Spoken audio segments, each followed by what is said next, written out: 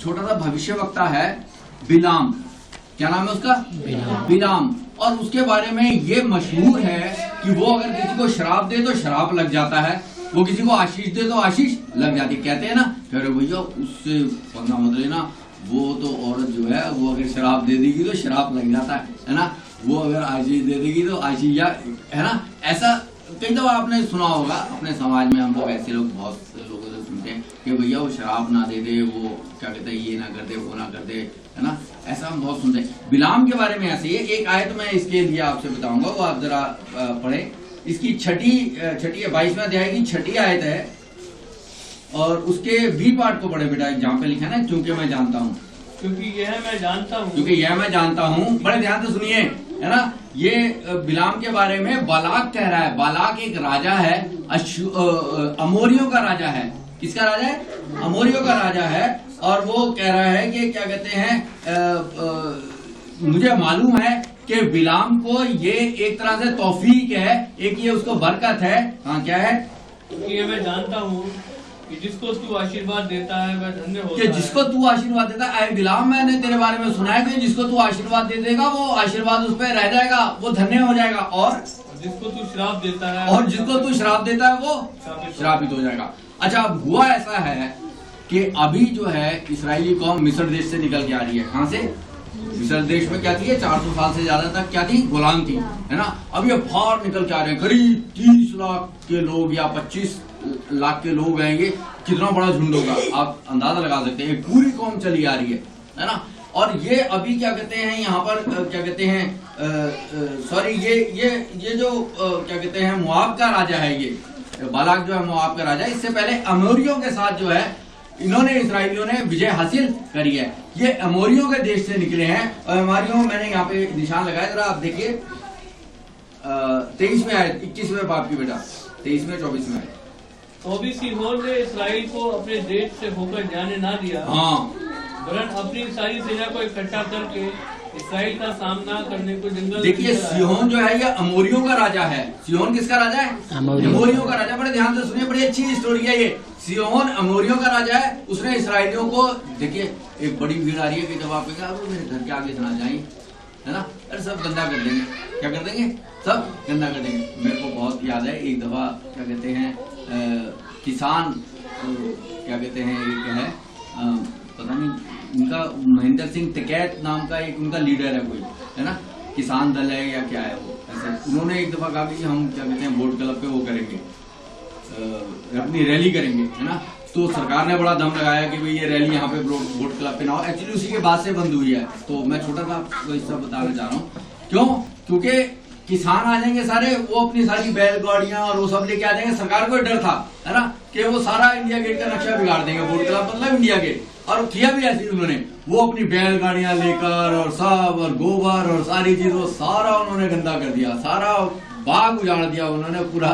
क्योंकि मेरा दफ्तर वहीं कृषि भवन में था, तो हमारे पीछे वो था, सारा उन्होंने खराब कर दिया। और बल्कि हमारी जो दुकानें लगी हुई थी ना, वो वहां पे आ गए, वो जाट भाई अपने, और आगे उन्होंने कहा कि साहब वो देना। और जब उन्होंने सामान ले लिया, मतलब कह रहे कि पैसे महेंद्र सिंह से कैसे ले लेना, वो जो उनका लीडर था, कह रहे पैसे उससे ले लेना। ऐसे लूट मार कर, छोटी छोटी जिन्होंने जूस वालों की दुकान, उनसे जूस पी लिए, उनको पैसे नहीं दिए, ऐसे किया, है ना। अभी भी जैसे हमारे जाट भाइयों ने, आपने हरियाणा में देखा होगा कि बहुत उन्होंने बुरी हालत, है ना, कर दी अपने आरक्षण के चक्कर में, जो भी है। तो मैं आपको सिर्फ ये बता रहा हूँ, कई दफा ऐसा होता है कि हमें पता होता है कि भाई ये यहाँ से गुजरेंगे तो बहुत क्या हो जाएगी, कहीं हमारी दिक्कत ना हो जाए, कोई मुसीबत ना हो जाए, कोई हमारे क्या कहते हैं। तो यहाँ पर ये जो अमोरियों का राजा सिहोन है, इसने कहा इसराइलियों को यहाँ से मत गुजरने दो भाई, यहाँ से मत गुजरने दो, है ना। हाँ बेटा, उसको पूरा करते हैं। अब वो इसलिए अपनी फौज लेकर जंगल में उनका सामना करने आ गया इसराइल को। लेकिन क्या हुआ? तब इसराइलियों ने उसको तलवार से मार लिया। तब इसराइलियों ने उसको तलवार से मार लिया, उस राजा को क्या कहते हैं, तलवार से मार दिया, है ना। परमेश्वर ने सामर्थ्य दिखाई, है ना, उसकी फौज पे क्या कहते हैं विजयी हो गए। उस राजा को उन्होंने मार दिया, सिहोन राजा को मार दिया। अब आ गई बात, अब वो वहां से कूच करके आ गए हैं कहाँ पे? इसमें लिखा है, तब 22वें आयत की पहली आयत में लिखा है, तब इसराइलियों ने कूच करके यरीहो के पास, यरदन नदी के पास, मोआब के अराबा में डेरे खड़े किए। अब वहां पे मोआब का राजा जो है वो बालाक है, और बालाक जो है वो घबरा गया। क्यों घबरा गया? यार इतनी लंबी फौज आ रही है, और अभी तो इन्होंने किसको, अमोरियों का राजा सिहोन को क्या कर दिया है? मार दिया। घर की तो बात है ना। कह ले भैया अब तो अपना नंबर आ गया है ना। तो इसको पता लगा कि बिलाम नाम का किसी ने बताया, बिलाम नाम का एक आदमी है, वो भविष्यवक्ता है, अगर उसने श्राप दे दिया इसराइलियों को तो फिर तेरे ऊपर ये विजय नहीं प्राप्त कर सकेंगे, तू नहीं मरेगा, है ना, तो उसको बुला ले। तो इसने साहब उसको बिलाम को बुला भेजा। उसने कहा भाई तेरे बारे में मैंने सुना है, और फिर उसने उसके लिए देखिए 7वें आयत में क्या लिखा है, तब मोआबी और मिद्यानी पुरनिये भावी कहने की दक्षिणा लेकर चले और बिलाम के पास पहुंचकर बालाक की बातें कह सुनी। देखिए दक्षिणा लेकर आ गए, है ना, दक्षिणा तो देनी पड़ती है भाई, चलो भाई शराब दे देगा हमारी तरफ से, है ना, तो इसको क्या देनी पड़ेगी, कुछ पैसे तो चाहिए, बगैर पैसे की शराब, है ना। तो उसका काम यही था, बिलाम का काम यही था कि वो इसको शराब दे दे, उसको आशीर्वाद दे दे, ये कर दे, है ना। तो उसने वो दक्षिणा लेकर उसके पास आ गए, भाई ये दक्षिणा है ना। लेकिन देखिए उसने क्या कहा, हाँ बेटा 8वें आयत में क्या लिखा है, बड़े ध्यान से, बहुत अच्छी स्टोरी है। उसने उनसे कहा आज रात को यहाँ टिको और जो बात यहोवा मुझसे कहेगा उसी के अनुसार मैं तुमको उत्तर दूंगा। अब देखिए बिलाम ये कहता है कि जो मैं परमेश्वर से पूछूंगा, परमेश्वर अगर मुझसे कहेगा तो फिर ठीक है, और नहीं तो भाई फिर मैं कुछ नहीं कर सकता। तो उसने ऐसे ही बोला, है ना, कि मैं परमेश्वर से पूछूंगा। तो परमेश्वर ने देखिए 12वें आयत में बेटा क्या लिखा है, क्या जवाब दिया उसे। परमेश्वर ने बिलाम से कहा तू उनके संग मत जा, उन लोगों को श्राप मत दे क्योंकि वे आशीष के भागी हो चुके। और परमेश्वर ने उसको कह दिया भाई बिलाम ऐसा है, तू इन लोगों के साथ मत जा, ये जो मिधानी आए हैं, ये जो मोआबी आए हैं, ये जो दक्षिणा लेकर आए हैं, तू इनके साथ मत जा, है ना। और क्या कहते, क्योंकि जिस इस्राएली कौम के खिलाफ क्या कहते हैं ये श्राप देने को कह रहा है, उनको मैंने आशीष दे दी है। हालेलुया। परमेश्वर को कहते हैं ना, जाकर आगे साइयां, ये हम सुनते थे, है ना। तो परमेश्वर जिसका सहायक है, परमेश्वर ने जिसको आशीष दे दिया, उसको कौन मारेगा, उसको कौन, है ना। अब ये क्या कहते हैं, परमेश्वर ने उसको कह दिया कि भाई इनके साथ मत जा, इनके साथ मत जा।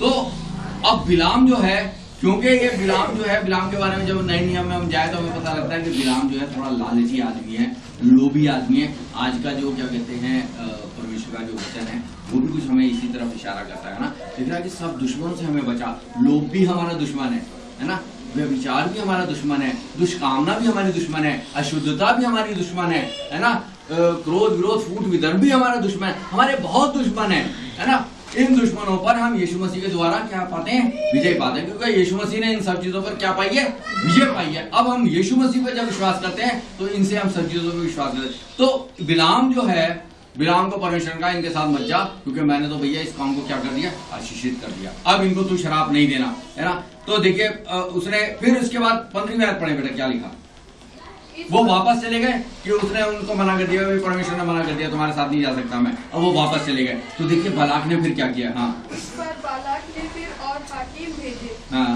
जो पहले से प्रतिष्ठित और गिनती में भी अधिक थे।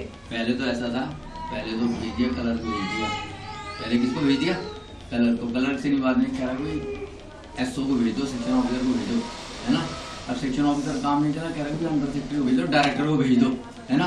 और फिर पता लगा अरे नहीं सेक्रेटरी को भेज दो, तो उसने अब क्या, और पहले से प्रतिष्ठित लोग और भी जरा अच्छे लोग भेजे, दक्षिणा भी भेजी है, और भी ज्यादा प्रतिष्ठित लोग, कि भाई कहते हैं ना कि अरे यार इसने कलर की तो निकली, डायरेक्टर की तो सुन लेगा, ऐसे सुनते हैं ना, भाई डायरेक्टर की तो बात सुन लेगा, है ना, मंत्री की तो बात सुन लेगा, है ना। चलो अब और प्रतिष्ठित लोग उसने भेज दिए, क्योंकि हम भी कई दफा ऐसे कहते हैं, कह रहे भाई वहाँ काम कराना है, कह रहे वहाँ पे कोई जानता है कि नहीं जानता है, कह रहे जी अगर वहाँ के डायरेक्टर को आप जानते होगे तभी काम बन सकता है, क्योंकि उसके हाथ में ही है सब कुछ, उसके हाथ में ही है सब कुछ। तो हम उसी को हम सोचते हैं कि फिर उसी लेवल का कोई आदमी भेजे, है ना। तो बालाक ने भी ऐसी चालाकी करी, है ना। मैं बालाक को चालाक भी कहता हूँ, है कि उसने ऐसी क्या कहते चालाकी करी कि उसने कहा कि कुछ ऐसा आदमी मैं भेजूं जिसका वर्चस्व इसके ऊपर हो, है ना, जिसका असर हो, जिसकी बात को ये मना ना कर सके। प्रतिष्ठित लोग भेज दिए, भाई आदि साहब को भेजा, कहता बिशप साहब से रोज लगाओ, बिशप साहब करवा देंगे, बिशप साहब से कह दो वीजा करवाएंगे, है ना। तो इस तरीके का उसने भी ऐसी करी कि भाई बिशप के थ्रू जाओ, है ना। अब क्या कहते हैं, उसने बोला है, बलाक ने उनको क्या के भेजा कि उसको अब ये कहना कि मैं तेरी बड़ी प्रतिष्ठा करूंगा और जो कुछ तू मुझसे कहे वही मैं करूंगा। पहले राजा क्या क्या कहते थे, पहले के राजा क्या कहते थे, क्या कहते थे पहले के राजा, अगर पहले के राजाओं का अगर आप कुछ काम करते तो क्या कहते थे, जो मांगेगा मिल जाएगा, जो मांगेगा है, मुंह मांगा वरदान, है ना, अपना आधा राज्य तक दे दूंगा वगैरह वगैरह। राजा इस तरीके से कहते थे, पहले के राजा होते थे। इसने भी कहा जो कुछ तू मांगेगा वो मैं तेरे लिए कर दूंगा, है ना, ये उसने कहा। और तेरी मैं बड़ी प्रतिष्ठा करूंगा, वह तेरा नाम बड़ा ऊंचा हो जाएगा। अभी तो तेरे को थोड़े बहुत लोग जानते हैं, सब जानेंगे तेरे को, है ना, बिलाम नाम से तू बड़ा मशहूर हो जाएगा। अच्छा, अब क्या कहते हैं, अब 7वें आयत पढ़े बेटा। तब मुआबी और मिधाबी पुरानी, नहीं सॉरी, ये वो तो हमने पढ़ लिया ना। अब इसको पढ़े 19वें आयत को। इसलिए अब तुम लोग आज रात को यही टिके रहो, हाँ, ताकि मैं जान लूं कि यहोवा मुझसे और क्या कहता है। ये है सारी गड़बड़, है ना। यहोवा ने एक दफा कह दिया कि उनके साथ मत जा, क्योंकि वो कौम क्या होगी, आशीष की भागी हो गई है। यही पढ़ा ना हमने, है ना। एक दफा परमेश्वर ने कह दिया है। अब वो प्रतिष्ठित लोग आए हैं, है ना। अब इसके बाद ये भी मैसेज आया है कि बालाक ने कहा है तू जो मांगेगा वो मिल जाएगा।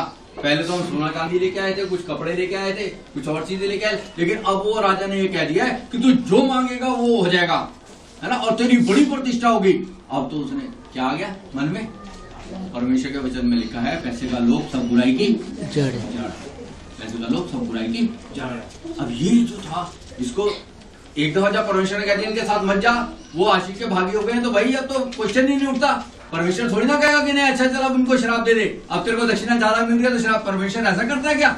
परमेश्वर ऐसे नहीं करता, परमेश्वर ऐसा नहीं है, है ना। अगर उसने आपको आशीष का भागी बना दिया है तो आप आशीष के, इसलिए मैं आपको कहता हूँ, कई दफा मैंने आपको कहा है कि आप लोग क्या है, you are very blessed people. क्या है, आप लोग बड़े धन्य लोग हैं, है ना। इसलिए नहीं कि आप बहुत अच्छी जॉब पे हैं, इसलिए नहीं आप बहुत खूबसूरत हैं, इसलिए नहीं कि आप क्या कहते हैं आपका बड़ा धन है, बड़े धनाढ्य हैं, बल्कि इसलिए कि आप परमेश्वर के खून से खरीद लिए गए हैं, परमेश्वर की संतानें बन चुके हैं। बस अब इस्राएली कौम कैसी भी जी, है ना, और उन्होंने कुछ गलत चीजें भी करी, लेकिन परमेश्वर है ना, परमेश्वर ने उनको कहा कि मैंने तुमको चुन लिया है। परमेश्वर ने कहा तुम अपने दरवाजों पे क्या लगा देना, लहू लगा देना, और मेरा फरिश्ता जाएगा रात को, और जिन दरवाजों पे लहू लगा हुआ होगा दरवाजों पर, है ना, उनके अंदर जो भी परिवार होंगे वो सब क्या हो जाएंगे, बच जाएंगे।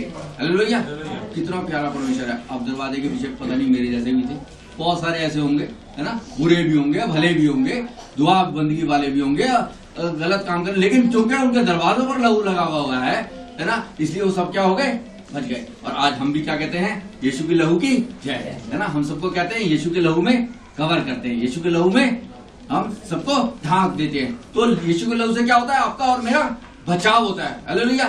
तो परमेश्वर हमारा वो है, लेकिन ये बिलाम जो है, इसको पता लग गया है, परमेश्वर ये बता रहा था कि मैंने उनको आशीष का कारण बना दिया है, उनको अपने लहू में ढक दिया है, उनको मैंने कवर कर दिया अपने हिफाजत में। जैसे कि आज हम कह रहे हैं कि सब दुश्मनों से हमारी क्या कर, हिफाजत कर, है ना, सब दुश्मनों से हमारी सुरक्षा कर, हिफाजत कर।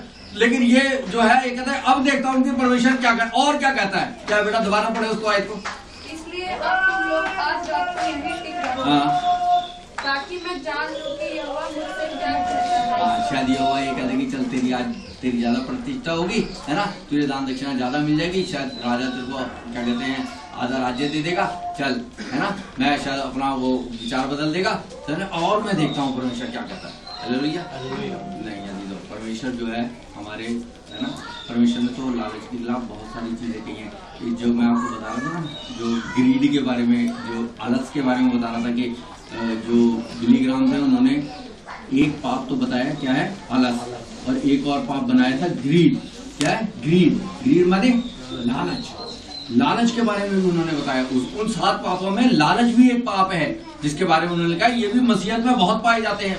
मैं मसीहत की बात कर रहा हूँ, I am talking about Christianity, है ना। हमारे मसीहों में क्या कमी पाई जाती है, और तो बहुत सारी चीजें पाई जाती है, लेकिन आज के वचन में ये जो शख्स है ना, ये जानने के बावजूद कि परमेश्वर मना कर रहा है, दक्षिणा की तरफ देखने को मना कर रहा है, अपनी प्रतिष्ठा की तरफ देखने को मना कर रहा है, और आधा राज्य भी मिल जाएगा या और मुंह मांगा वरदान मिल जाएगा, उसके लिए मना कर रहा है। कह रहा है मैं देखता हूँ आप परमेश्वर और मेरे से क्या कहता है। एक तो उसने कह दिया कि वे मना कर दिया जाने के लिए, और शायद देखो क्या कहता है, क्या परमेश्वर अगर कुछ उसमें रिलैक्स कर दे। ऐसा हम कहते हैं ना, रूम को क्या कर दिया है, रिलैक्स कर दिया कि भैया ऐसा है, जनरल कैटेगरी के लिए तो 18 साल की उम्र है, 18 से 25 साल की, है ना, लेकिन जो SC हैं उनके लिए क्या कर दिया, 27 साल कर दिया, और कैटेगरी जो ST हैं उनके लिए 30 साल कर दिए, फिजिकली हैंडीकैप जो है उनको 35 साल तक कर दिए। हालेलुया, है ना। तो मैं आपको सिर्फ ये बता रहा हूँ, वो ये सोच रहा था कि ये जो कंडीशन परमेश्वर ने लगाई है ना, उसको क्या कर दिया, रिलैक्स कर दिया। आप कभी एडवर्टीजमेंट देखते हैं न्यूज़पेपर में, देखते हैं, है ना, कोई चीजों का ऑफर आता है ना, बड़े ऑफर आते हैं, है ना, इसके साथ ये फ्री, इसके साथ ये है, और आपको ये हो जाएगा, वो मिलेगा, है ना, और नीचे की स्टार मार्क लिखा हुआ था, छोटा छोटा लिखा हुआ है कंडीशन सप्लाई। हालेलुया, क्या लिखा होता है, जो बच्चे पढ़ने वाले हैं उनको सबको पता है क्या लिखा होता है, कंडीशन सप्लाई, है ना, शर्तें लागू, हिंदी में लिखा होता है शर्तें लागू। अब वो शर्तें आपको पता नहीं होती क्या होती हैं, वो उन्हीं को ही पता होती हैं, तो बस उन्होंने स्टार मार्क लिख के छोटा सा लिख दिया होता है शर्तें लागू। अब क्या शर्तें लागू हैं वो तो कुछ पता नहीं। तो बिलाम ये सोच रहा है कि शर्त में क्या हो जाएगा, थोड़ा रिलैक्सेशन परमेश्वर कर देगा। हालेलुया, लेकिन परमेश्वर जो था वो तो रिलैक्सेशन करने वाला नहीं है। परमेश्वर ने उसने अच्छा उसने कहा कि मैं फिर वो परमेश्वर से पूछने गया, तो देखिए 20वें आयत में बेटा क्या लिखा हुआ है। परमेश्वर ने रात को बिलाम के पास आकर कहा, यदि वह पुरुष तुझे बुलाने आए हैं तो तू उठकर उनके सामने जा, परंतु जो बात मैं तुझसे कहूँ उसी के अनुसार करना। हाँ, अब एक चीज उसने बोला, अच्छा तो जान, कई बार होता है ना हमारी परमेश्वर जिद भी देखता है। क्या देखता है वो, कह रहा बड़ा जिद्दी है, बिशप तो पीछे ही पड़ गया है, देखिए ये दुआ में रोज ही एक इशू ले आता है, रोज कई इसको बता तो दिया मैंने, है ना, फिर भी ये उस इशू को बार बार ही करता रहता है ना। अरे चल, अच्छा चल, तू चल जा, चला जा, है ना, परमेश्वर ने भी उसको कह दिया। लेकिन देखिए बेटा 21वीं आयत में क्या लिखा हुआ है। तब बिलाम भोर को उठा और अपनी गदी पर काठी बांधकर मुआबी हाकिमों के संग चल पड़ा, और उसके जाने के कारण परमेश्वर का कोप भड़क उठा, और यहोवा दूत उसका विरोध करने के लिए उसका विरोध करने के लिए मार्ग रोककर खड़ा हो गया। वह अपनी गदी पर सवार होकर जा रहा था, और उसके संग उसके 2 सेवक भी थे। बस मैं आपको ये बताना चाह रहा हूँ कि क्योंकि परमेश्वर ने मना कर दिया था, लेकिन ये जिद कर रहा है कि मैं तो जाना ही चाहता हूँ, है ना, बार बार पूछ रहा है एक चीज को। परमेश्वर अच्छा जाना चाहता है, जा चला गया तो क्या हुआ है ना। यहाँ पे परमेश्वर के बारे में लिखा है, परमेश्वर कोप उस पर भड़क उठा, क्योंकि परमेश्वर ने जो बात कह दी थी उसके विरोध में जिद पकड़े हुए था कि नहीं, मेरे को शायद ज्यादा धन मिल जाएगा, मेरे को शायद ज्यादा प्रतिष्ठा मिल जाएगी, मैं शायद ज्यादा सम्मानित हो जाऊंगा। ये उसके ऊपर नजर लगाया हुआ था परमेश्वर का वचन, जैसे आदम और हव्वा के साथ हुआ, है ना। उसने कहा कि इस वृक्ष का फल नहीं खाना, बाकी वृक्षों का खा सकते हो। तो शैतान आके उसने कह दिया, शैतान ने कहा क्या परमेश्वर ने ये कहा कि तुम किसी वृक्ष का फल नहीं खा सकते? उसने कहा नहीं सबका खा सकते हैं, पर इसका नहीं खा सकते। उसने कहा ऐसा नहीं है, अगर इस वृक्ष का खाओगे तो बुद्धिमान हो जाओगे और परमेश्वर के तुल्य हो जाओगे। इस लालच में वो हालेलुया। हम जो ये लैंड्स के दिन में से, रोगों के दिन में से, उपवास काल में से गुजर रहे हैं, इसमें हम यही चीज देख रहे हैं कि हमारे पास भिन्न भिन्न प्रकार की क्या आती है, परीक्षाएं आती है। जीवन जब हम जीते हैं तो बहुत सारे लालच हमारे जीवन में आते हैं। हव्वा के जीवन में आया, आदम के जीवन में आया, अब इसके बिलाम के जीवन में आ रहा है, दाऊद के जीवन में आया, यीशु मसीह के जीवन में आया, सबके जीवन में आता है। वो यही बता रहे हैं, लेकिन हम ये देख रहे हैं कि परमेश्वर ने इसको मना किया है, लेकिन इसके बावजूद भी ये क्या हो रहा है, नहीं मैं तो, है ना। और वो उस लालच परमेश्वर का क्या हो गया इसके ऊपर, परमेश्वर ये तो मान ही नहीं। आज कहता कि चला जा, लेकिन कहेगा तू वही जो मैं कहूँगा, हालेलुया, है ना, कहेगा तू वही जो मैं कहूँगा, है ना। अब मैं छोटी सी बात बता रहा हूँ कि ये आदमी जब चल पड़ा तो गधी पे बैठा, है ना, बचपन से उस गधी पे सवारी करता था, गधी पे अपना इसने सामान बांधा और चल पड़ा अपने सफर पे, है ना। बलाक की तरफ ही चल पड़ा, राजा की तरफ चल पड़ा, और रास्ते में क्या और उस गधी को यहोवा का दूत हाथ में नंगी तलवार लिए हुए मार्ग में खड़ा दिखाई पड़ा। तब गधी मार्ग छोड़कर खेत में चली गई। तब बिलाम ने गधी को मारा कि वह मार्ग पर फिर आ जाए। अब देखो इसमें लिखा है गधी को कौन नजर आया है, परमेश्वर का दूत। और कैसे नजर आया, तलवार लिए। तो परमेश्वर का दूत को देखिए पंख लगे हुए हैं, सफेद सा है, बड़ा प्यारा सा है ना। तो प्यारा नहीं है, तलवार लेके खड़ा था, है ना। ये गधी को ही नजर आ रहा है, उसको बिलाम को तो नजर ही नहीं आ रहा। और उसको नजर नहीं आ रहा है, क्यों? क्योंकि उसने उसको क्या किया, लाठी से मारा, है है ना, उसको नजर नहीं, गधी को नजर आ रहा है। अब गधी तो आगे कैसे चली जाए, परमेश्वर का दूत तलवार लेके खड़ा हुआ रास्ते में, मरना है उसने, है ना। हम भी नहीं मरना चाहते, गधी क्यों मरना चाहेगी, है ना। गधी भी वो खेत में चली गई, है ना। तो बिलाम ने उसको क्या हुआ, मारा, है ना। फिर क्या हुआ बेटा, आगे देखें 24वां आयत में। तब यहोवा का दूत दाख की बारियों के बीच की गली में जिसके दोनों ओर बारी की दीवार थी खड़ा हुआ। यहोवा के दूत को देखकर गधी दीवार से ऐसी सट गई कि बिलाम का पांव दीवार से दब गया। तब उसने उसको फिर मारा। अब ये फिर क्या कहते हैं, वो आगे बढ़ा, है ना। तो फिर क्या कहते हैं, हमने देखा कि यहोवा का दूत सामने खड़ा हुआ है, हाथ में उसके तलवार है ना। तो वो एक दीवार से सट गई, दीवार से सट गई तो पैर जो था वो, जब वो सटी तो पैर तो एक तरफ होता है ना, तो पैर उसका क्या हो गया दीवार में, और जो उसमें लगा दर्द भी हुआ होगा उसको, है ना। अब पता नहीं फ्रैक्चर हुआ है कि नहीं हुआ, है ना, लेकिन उसे चोट लगी है ना, उसका दब गया जानवर के दबाव से। दीवार इस तरफ दीवार है, इधर जानवर है, तो पैर बीच में उसका क्या हो गया, फंस गया। तो उसने उसको क्या लाठी से मारा, क्योंकि उसको अभी कुछ नजर नहीं आ रहा, वो तो सिर्फ गधी को नजर आ रहा है कि स्वर्गदूत है तलवार लिए हुए, सिर्फ उसको नजर आ रहा है बेटा। अब अगली आयत पढ़े 27वीं। वहाँ यहोवा के दूत को देखकर गधी बिलाम को लिए बैठे गई। फिर तो बिलाम का कोप भड़क उठा और उसने गधी को लाठी से मारा। और फिर क्या कहते हैं, तीसरी बार जो है ऐसा हुआ कि उस गधी को वो नजर आया, और परमेश्वर का दूत नजर आ रहा है, तलवार लिए नजर आ रहा हुआ है, और वो लिए दे वहीं बैठ गई। क्योंकि वो खेत में जाए तो वो है, दीवार की तरफ जाए तब वहाँ परमेश्वर का दूत है, और अगर क्या कहते हैं बैठ रही है तो परमेश्वर, तो उसने कहा कि छोड़ो मारो, बोली अब मैं आगे नहीं बढ़ सकती, क्योंकि तो परमेश्वर का दूत रास्ता रुके हुए। देखिए परमेश्वर ऐसे हमारा रास्ता क्या करता है, रोक लेता है कई दफा। जब हम गलत काम के लिए निकलते हैं, जब गलत जाना चाहते हैं, तो परमेश्वर जो है हमारी कई दफा आगाही करता है। आप लोगों को भी क्या कहते हैं, मेरे साथ कई दफा ऐसा हुआ है ना। और बाद में मेरे को पता लगा कि भाई मेरे को तो जाना नहीं चाहिए था, है ना, मुझे तो जाना नहीं चाहिए था, क्योंकि परमेश्वर ने उसके लिए क्या कर दिया था, मना कर दिया। अरे ये तो इसलिए हो रहा था, ये तो इसलिए हो रहा था कि परमेश्वर नहीं चाहता था कि मैं वहां पे पहुंचूं, मैं वहां पर जाऊं, मैं घर से बाहर निकलूं। ये परमेश्वर जो है, अगर आप परमेश्वर का वचन पढ़ते रहेंगे, अगर दुआ प्रार्थना करते रहेंगे, परमेश्वर आपकी क्या करता रहेगा, अगुवाई करता रहेगा, कहाँ पे आपको जाना है, कहाँ पे नहीं जाना है, परमेश्वर आपकी अगुवाई करता है ना।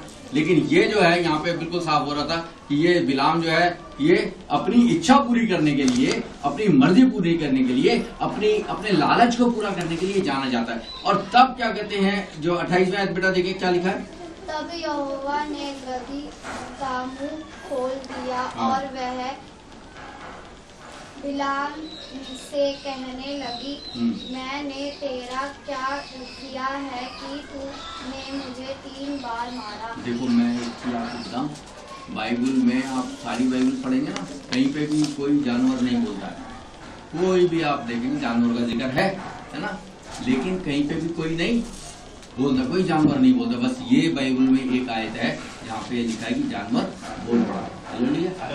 और वो गधी ने क्या बोला उसको कि भाई तू बचपन से क्या मेरे पर सवाल ही नहीं करता था, है ना, तो तूने मेरे को 3 बार क्यों मारा, क्यों मेरे साथ ऐसा किया। तो वो जो बिलाम है वो कह रहा है कि तूने मेरे साथ इतनी नटखटी करी और मेरे को वहां पे जाना है ना, तूने तो मेरा डिले कर दिया मामला, तूने मेरा क्या कर दिया, डिले कर दिया। ऐसे ही होता है हमारे को, भाई डिले हो रहा है यार, ये क्या कर दिया, है ना। और खासतौर से जब हमें नजर आ रहा हो कि कुछ मिलने वाला है ना, और उसमें डिले हो जाए तो फिर डिले तो हमें अच्छा नहीं लगेगा, ऐसा लगेगा, है ना। और कह रहा हूँ ये तो इसने काम खराब कर दिया, वो बला के इंतजार कर रहा है मेरी दक्षिणा लेकर, उसने कह दिया कि जो मांगूंगा वो दे देगा, है ना। एक छोटा सा मेरे को काम करना है, उसके बाद मेरे को इतना ज्यादा मिल जाएगा। तो ये क्या कहते हैं सोचकर जो है बिलाम ने उसको 3 बार उसको मारा। लेकिन देखिए उसने 29वां आयत में बिलाम ने उससे क्या कहा। बिलाम ने गधी से कहा, यह कि तूने मुझसे नटखटी की, यदि मेरे हाथ से तलवार होती तो मैं तुझे अभी मार डालता। मतलब जी देखिए इतना अंधा हो गया वो क्रोध में, है ना, क्रोध में इतना अंधा हो गया है कि इससे, इस गधी की वजह से तो मेरे को बहुत बड़ा नुकसान हो रहा है ना। मेरे हाथ में अगर क्या कहते हैं तलवार होती, इस छड़ी की जगह, लाठी की जगह अगर तलवार होती तो मैं तो इस गधी का क्या कर देता, कत्ल कर देता, या तो मैं इस गधी को मार देता। ये क्या कहते हैं उसकी ऐसी फितरत, क्यों, क्योंकि ये जो क्या कहते हैं गधी है, उसके रास्ते में क्या आ रही है, आड़े आ रही है, उसका जो ब्लेसिंग मिलने वाली है, जो आशीष मिलने वाली है, जिसको वो सोच रहा है कि मेरे को मिल जाएगी, वो सोच रहा है कि ये इसकी वजह से क्या हो रही है, रुक रही है ना। लेकिन बड़ी अच्छी बात यहाँ पे लिखी है, देखिए बेटा 31 में आयत में क्या लिखा हुआ। तब यहोवा ने बिलाम की आंखें खोली। देखिए, तब यहोवा ने बिलाम की आंखें खोली। अभी तक उसकी आंखें खुली नहीं थी। बताइए, आंखें बिलाम की खुली थी कि बंद थी? अंधा था क्या वो? कहीं लिखा है परमेश्वर के वचन में कि वो अंधा था, है ना? तो आंखें फिर खुली, आंखों को फिर कैसे खोल दिया?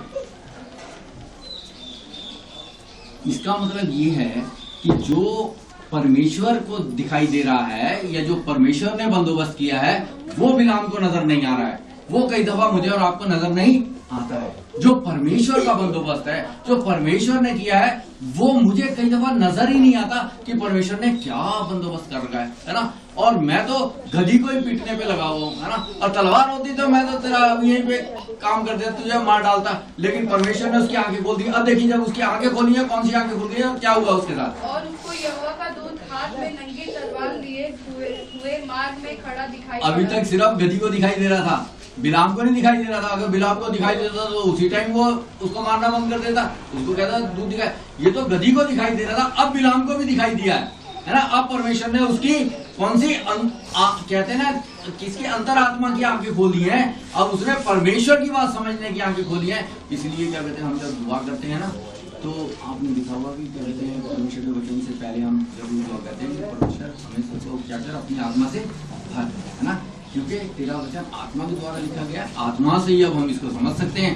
तो अगर शरीर से हमें कुछ समझ में नहीं आएगा और हम कई दफा पढ़ जाते हैं, हमें कुछ पता ही नहीं लगता। लेकिन यहाँ पर देखिए, अब ये बिलाम जो है, जो नहीं देख पा रहा था, अब ये भी देख पा रहा है। जो गधी का परमेश्वर ने आंखें खोल दी थी, गधी को तो दिखा दिया था कि परमेश्वर का दूत आके खड़ा हुआ है, तलवार लेके खड़ा हुआ है ना? अब बिलाम जो है, इसकी भी आंखें खोल दी हैं। हाँ, फिर क्या हुआ?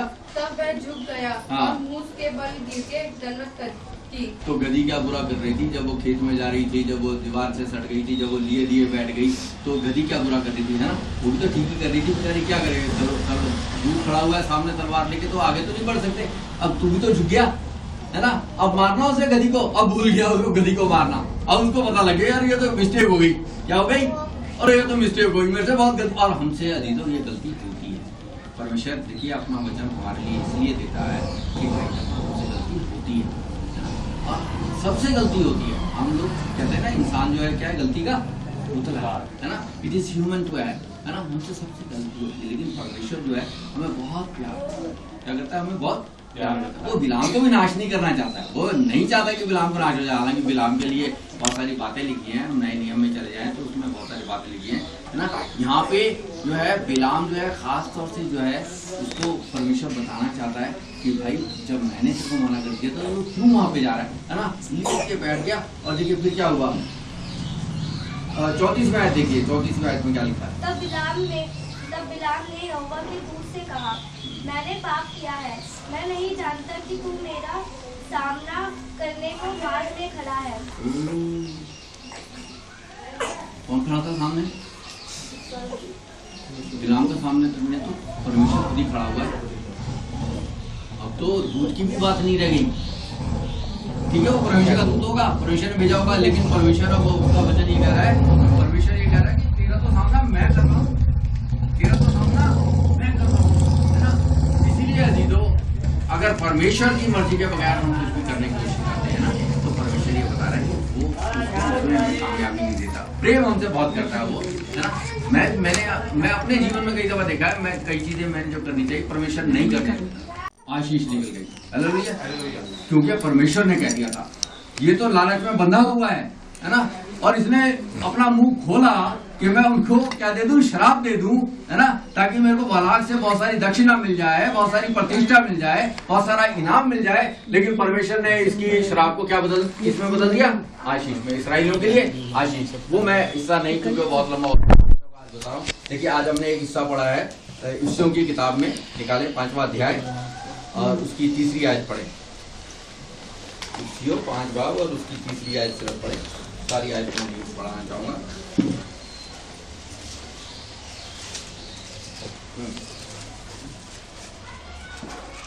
जैसा पवित्र लोगों के योग्य है, जैसा पवित्र लोगों के योग्य है, वैसा तुमने व्यभिचार, वैसा तुमने व्यभिचार और किसी प्रकार के अशुद्ध काम, और किसी प्रकार के अशुद्ध काम या लोग की चर्चा या लोग की चर्चा तक ना हो, है ना।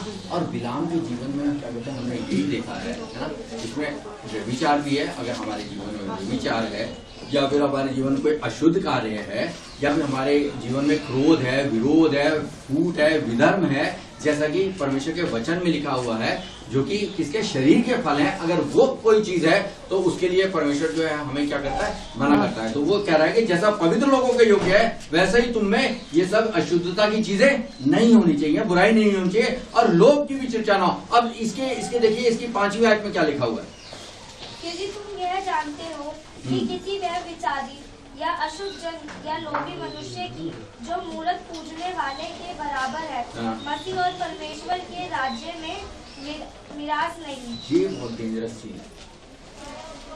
देखिए, अगर व्यभिचार है, अगर अशुद्धता है, अगर दुष्कामना है, अगर क्रोध है, विरोध है, फूट है, विधर्म है, अगर लोभ है, तो परमेश्वर ये बता रहा है कि ऐसे लोगों की परमेश्वर के राज्य में मिरास नहीं है। अगर वो नहीं बदलते, अगर वो अपने आप मार्ग से नहीं फिरते हैं तो उनके परमेश्वर के राज्य में मिरास नहीं है। अगर देखिए, मैं एक दफा आप लोगों को बताता हूँ, परमेश्वर हमारे पाप को क्या कर देगा, क्षमा कर देगा। लेकिन हम पाप करके ये कहें कि नहीं हमने सही किया है ना, उसको क्षमा हम ये नहीं कह सकते हमने सही किया। पाप किया है तो हम उससे कहें प्रभु हमसे पाप हो गया, एक बार हो गया, 1,00,000 बार हो गया, परमेश्वर क्षमा कर देगा। लेकिन अगर हम एक बार करने के बाद ये कह देंगे कि नहीं हमने ठीक कर दिया, तो परमेश्वर हालेलुया, देखिए परमेश्वर हमारा बहुत प्रेमी है, तो सब कुछ माफ कर देगा।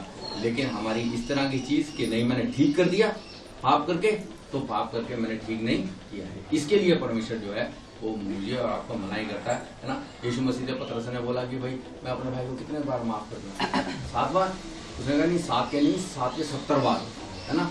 माफ, अगर वो माफी मांगता रहता है तो तुम माफ करते चले जाओ, माफ करते चलो, माफ करते चले जाओ, है ना, उसका कोई अंत नहीं है। लेकिन हाँ, अगर वो ये कहे कि मैंने ठीक कर दिया, है ना, मैंने ठीक कर दिया, है ना, जैसे ये कह रहा था, बिलाम ये कह रहा था कि अगर मेरे पास तलवार होती तो मैं तेरा क्या कर देता, मैं तेरे को मार डालता, है ना। तो फिर परमेश्वर ने उसकी क्या करी, आंखें खोली, खुली भी आंखें फिर और खोली, है ना। जिन आंखों से हमें सिर्फ यही नजर आ रहा है। मैं आपको एक दिन बता रहा था कि आप लोग सूत्र में 15, 20, 25 जने यहाँ पे हम बैठे, कितने जने हैं यहाँ पर हम, चलिए इब्रानियों की पुस्तक निकाली, देखिए आपको पता लगेगा यहाँ पे कितने जने हैं।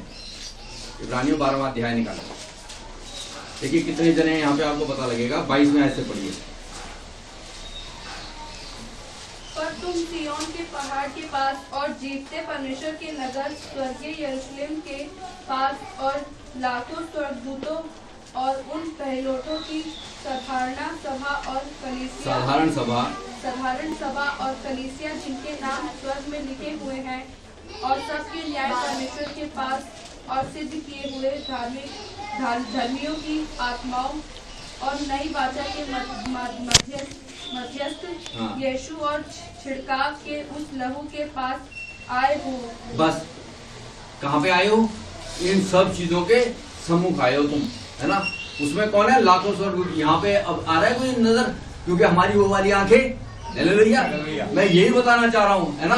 परमेश्वर का वचन ये बता रहा है कि यीशु मसीह जहाँ पर होता है, जहाँ पर उसके छिड़काव का लहू है, वहां पर उसके लाखों स्वर्गदूत भी हैं। वहां पर वो लोग जो हमसे पहले इस दुनिया से चले गए, जिनको हमने ये सोचा कि क्या कहते हैं पता नहीं कहाँ गए हैं, वो भी अब साथ में उनके, मेरे पापा हैं, पादी साहब के पापा हैं, मेरा भाई है, या और कोई आपके अजीज कोई जो चले गए, और वो छोटा बच्चा भी जो अभी पादी साहब ने जिसके लिए दुआ करी है, मैं आपको ये बता रहा हूँ। हालेलुया। ये है परमेश्वर के लहू की, परमेश्वर की सामर्थ्य, है ना, जो हम अपनी इन जिस्मानी या अपनी शारीरिक आंखों से नहीं देख सकते।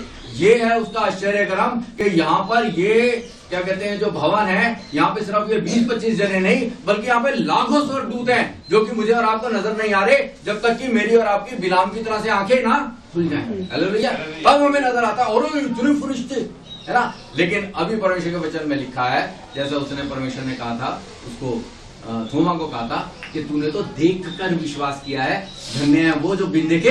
हालेलुया। तो अगर आप विश्वास करते हैं कि यहाँ पे लाखों फरिश्ते हैं, तो हैं, तो यहाँ पे खुदा में यीशु मसीह है, तो यहाँ पे उसका आत्मा है। आपको कुछ सोचने की जरूरत नहीं, अपना दिमाग लगाने की जरूरत नहीं है कि हमें नजर नहीं आ रहा, ना है नजर, लेकिन धन्य है वो जो बिन देखे हालेलुया।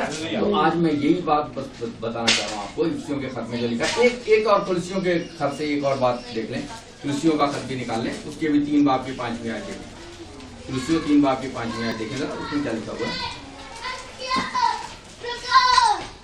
इसलिए अपने उन अंगों को मार डालो हाँ, जो पृथ्वी पर है। इसलिए अंगों को मार डालो जो पृथ्वी पर हैं, जो पृथ्वी पर हैं, जो सबको दिखाई देते हैं। हाँ, अर्थात व्यभिचार को, अशुद्धता को, दुष्कामना को, बुरी लालसा को और लोभ को, जो मूर्ति पूजा के बराबर। ये थी उसमें क्या कहते हैं कमी सबसे ज्यादा। यति बिलाम में लोभ बहुत था, और परमेश्वर के वचन में लिखा हुआ है पैसे का लोभ सब बुराई की जड़ है। परमेश्वर के वचन में हमने 2 जगह पढ़ लिया, इफ्सियों में भी कुलुस्सियों में भी, कि लोभ जो है वो किसके बराबर है, मूर्ति पूजा। दिस इज वेरी डेंजरस, है ना।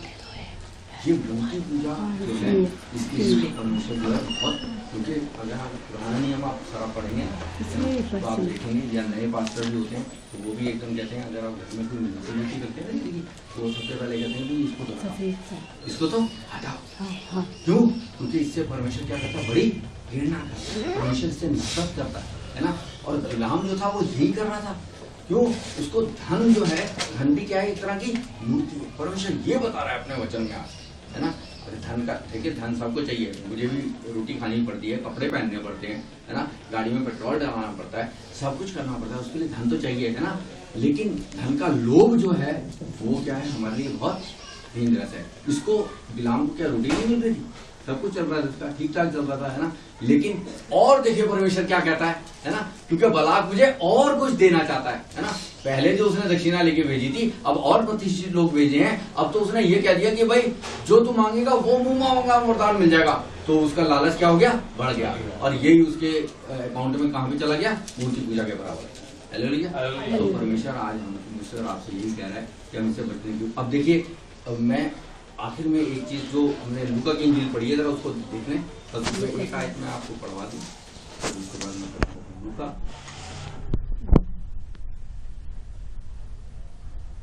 11वां अध्याय,